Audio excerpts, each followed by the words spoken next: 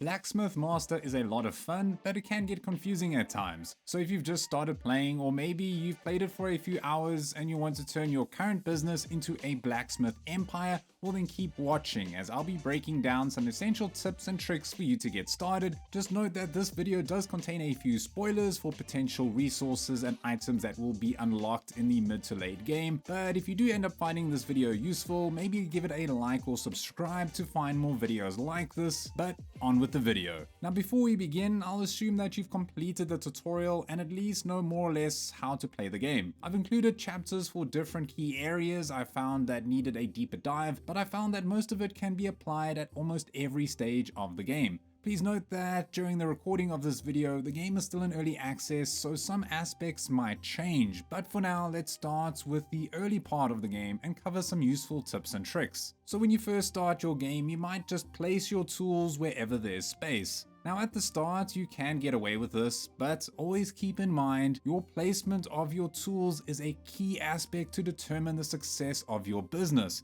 Let me explain. Every time one of your workers has to move a certain distance, well, that's time wasted. So I'd say try your best to keep useful tools together. For example, something like your furnace and anvils should be opposite from each other so your blacksmiths can just turn around. Same goes with having your wood pile close to your carpentry stations. Then once you unlock assistance, you won't need to worry about your blacksmiths running up and down each time they've finished an item. However, you'll soon notice a conga line forming once you start hiring more and more employees to your business. A tip here would be take note of where that line appears. Maybe there's more than one, and then try add another tool or storage location to allow your employees to spread out. For example, your iron ingot storage area is going to get crowded very quickly. So if you build an extra 1 or 2 storage areas, well then that means that you can split the lines up, reducing those lengthy queues. Now what I have here isn't the most efficient layout, but I've tried my best to centralize the useful tools like the storage boxes, the various ingot piles, and those water buckets. You'll want to find a good layout that allows for both blacksmiths and assistants to access the resources as easily as possible. And because assistants can run a lot quicker and carry a lot of items,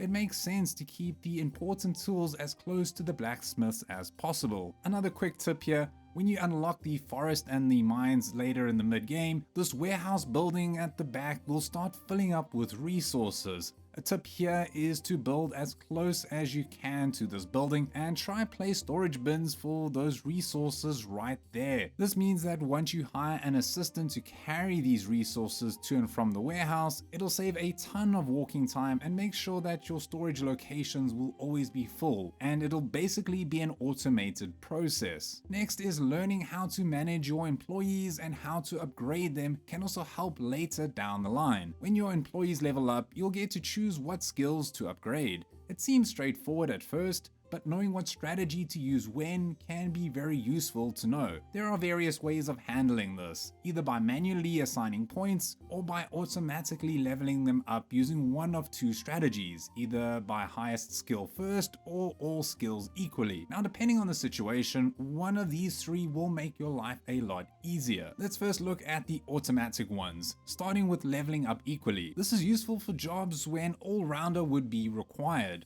For example, the assistant taking items to the merchant, or the lumberjacks or miners when those become available. Your assistants need to be fast, but they also need to carry a lot of items. And when it comes to those external employees, well, they can be almost entirely left alone because all their skills are useful, and automatically leveling them up saves you time from constantly checking up on them. However, once you start having assistants, say, forging ingots, then this won't be very useful as they can only carry 1 ingot at a time, so leveling up both, yeah, that's not going to be very helpful and you're just wasting a skill point on it. Now you might also be tempted to give your blacksmith the role of leveling up equally, but just be careful. You'll notice they have the design skill along with carpentry and metalworking. This means if you choose to level up equally, well, you'll be leveling up that design skill, which might not be very useful as they might just be focusing on processing items. This is where highest skill first comes in. This is very useful if you want your workers to specialize. For example, your assistants who only forge ingots, they can only carry 1 of those at a time. So you can set them to be leveling up their highest skill first. In this case, it would be their speed. And then the same goes for the blacksmiths who just want to focus on, say, metal or wood. Then lastly, manually leveling up your employees becomes useful when you want to have more control. Yes, the downside is that it means more time will be spent micromanaging them, but say you wanted a blacksmith who is skilled in both metalworking and carpentry. Well, you can't apply all skills equally, or high skill first, so manual is your best bet.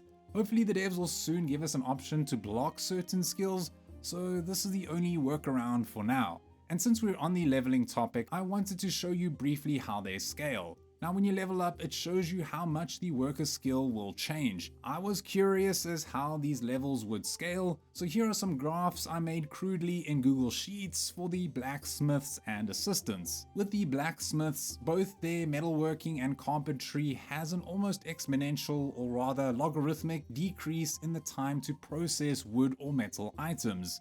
Why does this matter? Well, in the beginning, it's not that noticeable. Your workers will finish items in a reasonable amount of time and you'll hardly notice anything. But later in the game, when you want to process items like silver or even gold, notice how long it takes for blacksmiths who are on level 1 or 2 to process those items. It takes forever. In other words, make sure to keep leveling up your metalworking skill as much as possible.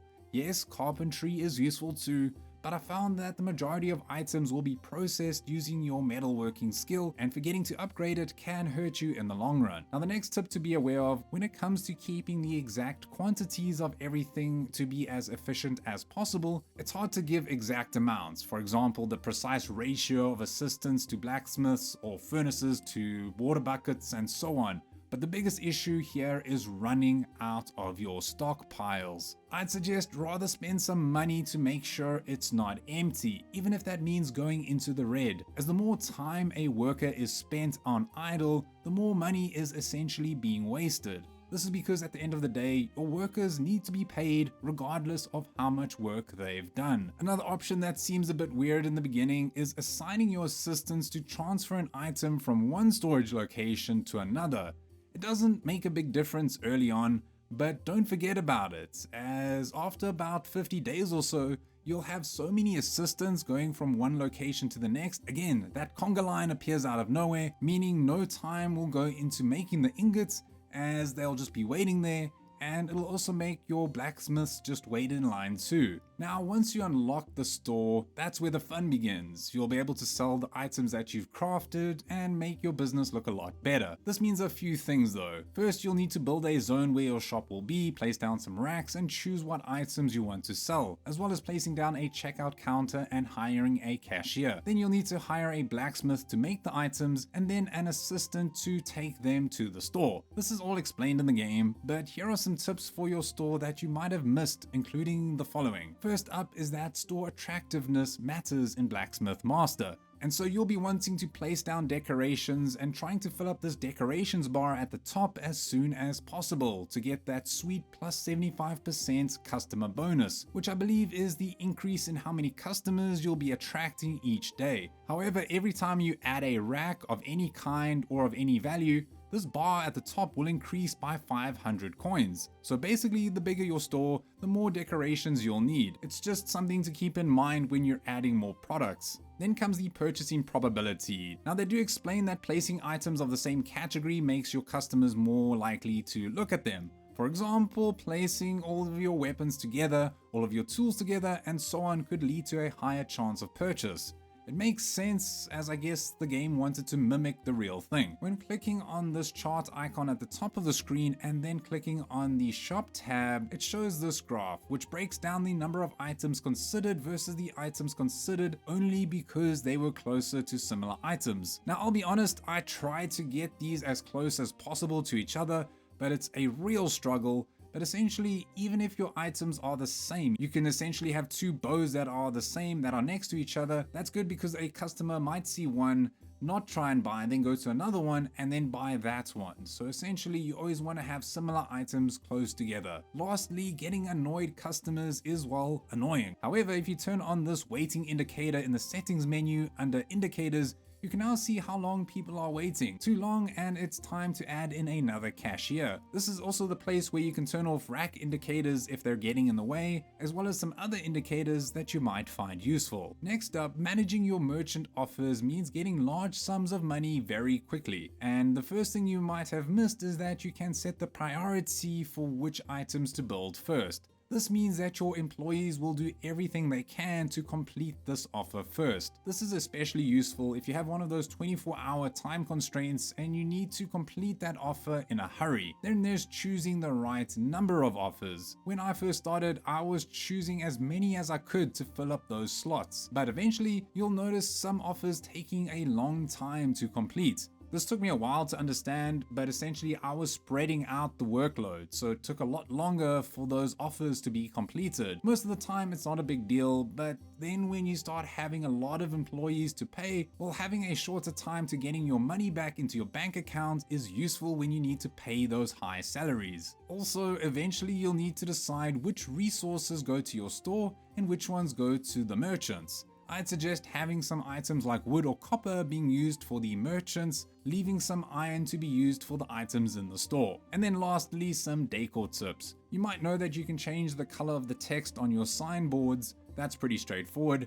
but did you know that you can also add in some icons? If you click on the question mark next to the text, you can see some various styling options, including making the text bold, italic, underline, bigger or smaller, and yes, typing in that less than or left angle brackets, sprite equals, and a number of the icon followed by the closing brackets, you'll get a little image. But that's all for now. If you found something useful, please let me and the other viewers know in the comments section below. And if you've made it this far, don't forget to like or subscribe to find more videos like this. Other than that, it's Marco here from Easily Distracted Games, and as always, don't stop gaming.